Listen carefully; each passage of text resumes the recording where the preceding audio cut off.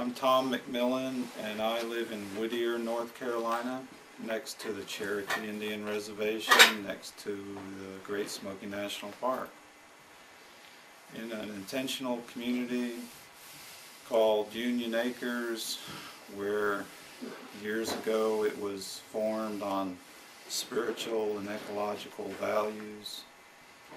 And I live there with my daughter Joy. She's here, and she's a TBI, traumatic brain injured person. And from my understanding, that's just a new awakening for the use of cannabis, is to help the brain rejuvenate. As for myself, I've been diagnosed with depression, and it helps me get through those times where I don't see things so brightly. And it's not like the pharmaceutical medication that they would give people with depression. I like to be able to be a prosumer, produce what I can consume, and not have to go to the pharmacy to get some pain relief. My injuries come from fighting with law officers over one thing or another back in the 80s.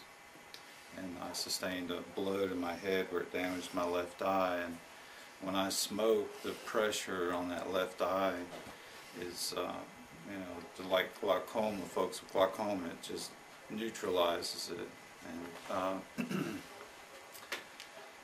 And then while I was working on my house over here in Whittier, I had a massive heart attack, and that was right after 9/11 and the U.S. Patriot Act, take away my rights. You know, that didn't make me feel good, so my heart went down, and the medication I do, heart medicine, kind of makes me nauseous, and smoking herbs helps with that nausea.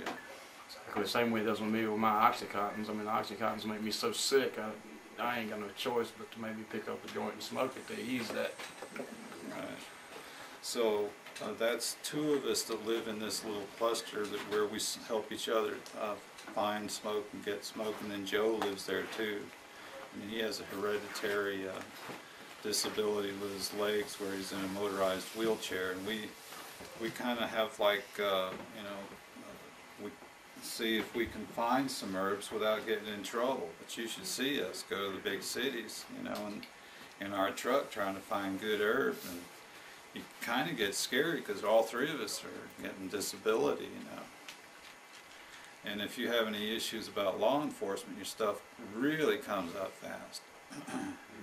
Because what, you're going to relive those suppressed emotions of getting beat up by the police and all that. So the fact that if we could only get good, safe, medicinal herbs on demand, just not any kind of herb, like what we're dealing with now is we keep getting Mexican for what we can afford. We can go to town and get sinsemilla, but the fact that we need it instantly sometimes because our stuff comes up so fast. Now, if we want to go out back and grow a few seeds, or maybe all of a sudden a few seeds should wander out back and start growing, does that mean that we lose our land, something that it's the only thing we have got going for ourselves, that we've put our whole life into? They're all going to all of a sudden not only take our kids, but they're going to take our land too, and put us in jail, and who knows what we get in jail. Your land, your cars, whatever's there, whatever's on your property. And there goes all your woodworking equipment. I'm a woodworker, How are you as far as your woodworking whenever you're taking marijuana? Well, it seems to be a problem at the high-end cabinet shops where you're doing the $100,000 kitchens. I've done a lot of rustic furniture up here in this area, and it's the artist is like the brotherhood of the connection of the construction guys. Do you smoke when you work? I do. Do you stay stoned when you work? Yes, but I'm a little more cautious. then your actual job and everything else works better with him, or works worse without, or doesn't work as good. It depends on the quality and how much I've been smoking and taking in before I started a project. But if you come up to a machine that's got a big cutter on it, and it's a big machine, and they can throw that wood way across the woods, you have a lot of respect for it. Yeah, exactly. So as a woodworker, I noticed that sometimes it can get out of hand. You know, people are smoking before work, smoking before lunch, lunch, and after lunch, and on the way home. And everybody kind of gets burnt out on smoking, and the creative juices don't flow as good. Mhm. So, So it's not something that you just keep, you actually regulate it yourself, right? I do, and I climb too while I'm high. But sometimes, you know, you can be standing up on a scaffold way up high, you know, like way up there off the floor, and get moments of fear because, you know, you're high, you're not really grounded, you know. But that's one of the side effects of this medicine. But the enhancing part of it, you can take your vision of creativity and what you're making and go smoke and come back and say, wow, I did that, you know, I did it safely, and I got a good result.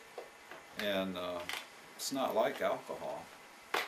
How many brothers have I seen in cabinet shops that chose alcohol instead of smoking a joint? Well, how are you with prescription medication when you're trying to do your job? Oh, I'm not good. I'd rather just go sit down. It affects your creativity? It does, because I question it. See, the herb is a natural ingredient, and it's a sacrament to the Rastaman, you know.